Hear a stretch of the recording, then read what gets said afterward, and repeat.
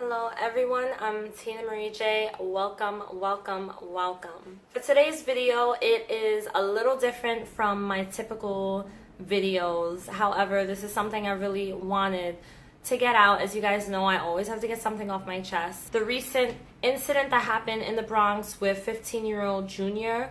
He was killed outside of a bodega. For those of you who don't know, bodega is another name for store, corner store. Junior, which his name was actually Lesandro Feliz Guzman, ended up getting attacked.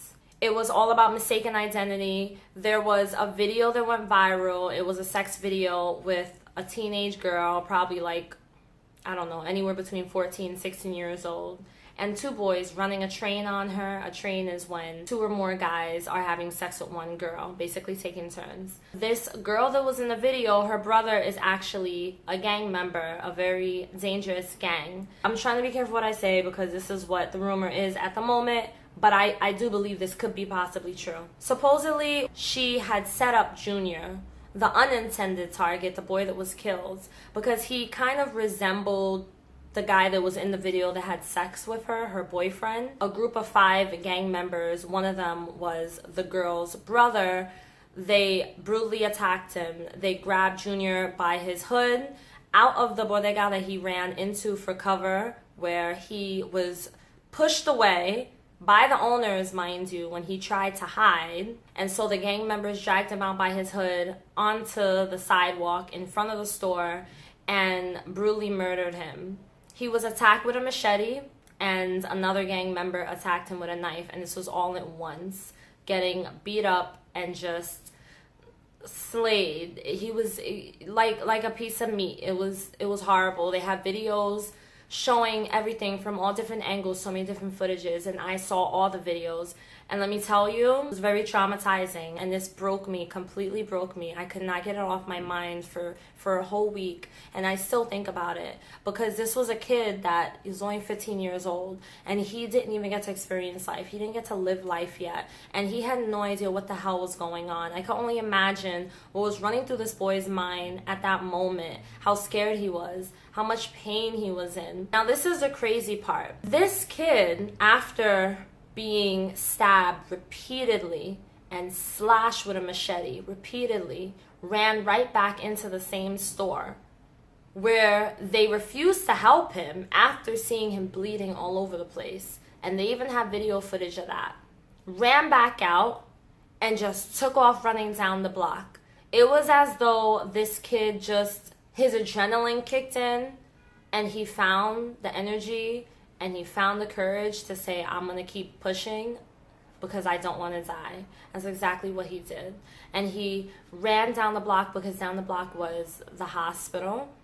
He ended up collapsing right outside the front of the hospital. He died. If I were in his situation, I don't think I would even be able to survive. I think I would just be straight up dead. And I'm not saying that to be funny, I'm dead serious. Like, I don't think I would be able to make it. This kid had the most heroic, courageous, I don't know what's the word. You just see it in his face.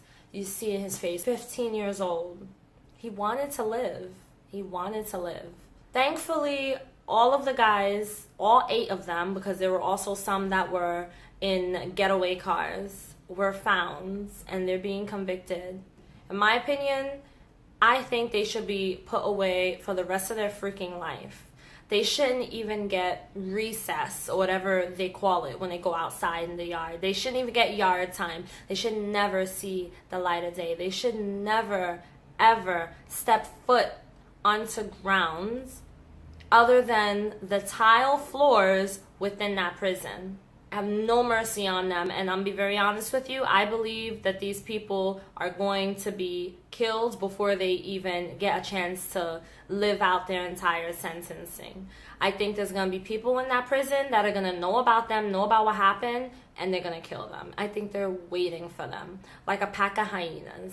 I can say that even though I cried so much, and even though I felt so hurt, and I still feel really hurt about it, even though I don't know him, I don't know his family, but I grew up in the Bronx. And it's not an easy place to grow up. My mom kept a real tight leash on me, and that is why I said I'm not raising my kids here. But Bronx is still home for me. I knew people growing up that were killed, that were shot at 15, right down the block from my house. A 15-year-old, I just saw him. And then another 15-year-old shot and killed by a gang member for protecting his brother. It really hurts because no one helps, even when this kid tried to get help. And I hate to beat a dead horse because I know there's already videos going around about what happened with Junior and the hashtag Justice for Junior. I'm not saying that I expect a bunch of people to hear me or to even listen, because next week there's going to be some other kid, unfortunately, is going to get killed. Because every day, this is a life we're living. We're living this world. I want you guys to know what my thoughts and my emotions were when I was watching these videos. The first thing I said to myself was, where the F were you, God? A lot of you are not gonna like that. But I'm sorry, that was my thoughts. I don't want to curse on YouTube. And I said it out loud. I was like, where the hell were you when this kid went downstairs, ran into the store, asking for a bunch of grown men to help him? Men who probably got sons and daughters of their own his age, and they didn't want to help? I'm sorry. Hell is right here on earth. And I know that a lot of people use this time to say, oh, we gotta get closer to God, we gotta praise God, we gotta ask God for help.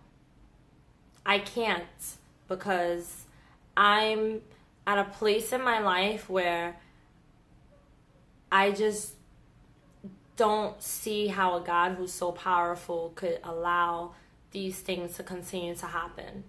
Why is it that one person gets lucky and isn't murdered, but the next person just goes downstairs for a few minutes and get murdered? I have no idea why. No idea. Today's his last day on earth. I don't understand how a God could... This is really hard for me to do this video because I'm expressing feelings that I know are basically taboo, and I don't even like feeling this way. But how could a God allow evil? And then people say, well, he gave us free will. Okay, but if that's the case, then why does he intervene when he wants to? Why does God only intervene with certain people's situations and in certain people's lives, but then other people he doesn't? How does he pick? How does he decide? How did he decide that he wasn't going to intervene in this? If I were God, this wouldn't even have happened. How does God decide one person's gonna get shot 50 times and survive, another person is gonna get shot once and they're dead? And then the thing that bothers me is when people say God calls him home, God needed an angel. I don't believe it. He was 15 years old. You couldn't wait till he was old to become an angel. Once you open that door of logical thinking, it's really hard to shut it. And I am not trying to disrespect anyone's belief. I know a lot of you that follow me on here are Christians, you're believers wholeheartedly, and please, I love you guys so much. I am not trying to bash your belief at all. This is just, I can't be real with you, and I can't have a real channel if I can't be honest about how I feel and what my thoughts are. One thing that I could take away as a positive out of this is this kid was very heroic, and he made me feel more inspired and motivated to just keep going and pushing through. Like, he got up and ran across the street after being stabbed, I think it was over 30 times, and cut with a machete. Over 30 times. And he got the hell up and ran and was like, I want to live. And even though he didn't get to live, he didn't fail, because he still tried. Even though he didn't make it, he wasn't a failure. He didn't just lay down and die. This kid really, really wanted to live. You could see it in his face. He wasn't even unconscious. It's not fair. It's not right. I'm holding back tears right now, but because I don't want to be a crybaby. But how many different situations do we have to go through? How many different stories do we have to hear of kids being killed, or people being killed? People are killing each other. They're killing their own people. Blacks are killing blacks. Hispanics are killing Hispanics. People are just killing each other.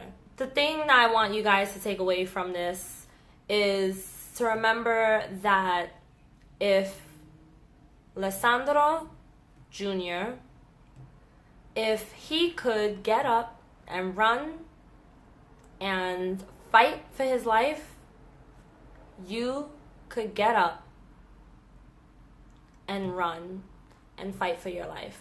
Whether you're going through emotional battles, mental health issues, depression, whether you just came out of a situation and you're like, I don't know how I'm gonna live. Yes, you do. How do you live? You get up and you run. That's how you live. And that's how I want to do things. I want to run. I want to keep going. There's so many things I want to do in my life, and there's so many times where I'm like, I don't know if I'm ever going to be able to accomplish these things, and these things mean so much to me, and I have so many obstacles and people trying to get in my way at times. I know now, thanks to Junior, that I could still run. He had 8 people after him, and he still was able to run after being attacked. And my only hope is that people could take away from this, and people could stop turning a blind eye and freaking help. Stop filming and recording. Do something.